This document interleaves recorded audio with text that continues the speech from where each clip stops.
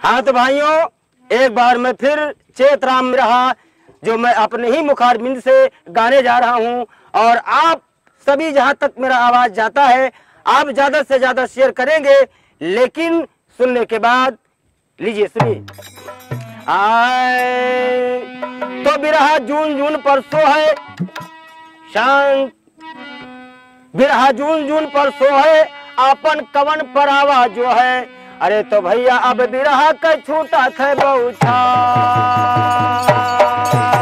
अरे तो जात रहन हम गेहूं पिसावे साइकिल रहे पुरान सुनो, जात रहन हम गेहूं पिसावे साइकिल रहे पुरान सुनो, साइकिल रहे पुरान सुनो 35 किलो गेहूं।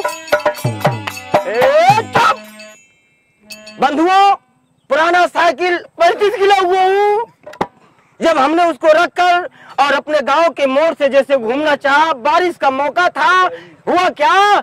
अरे जैसे हम हंडिलिया घुमायन गिरगन गड्ढम जाए सुनो, जैसे हम हंडिलिया घुमायन गिरगन गड्ढम जाए सुनो, गिरगन गड्ढम जाए सुनो घरा गोरे हमार में हररुआरा, ओ घरा ही अगोरे में हररुआरा।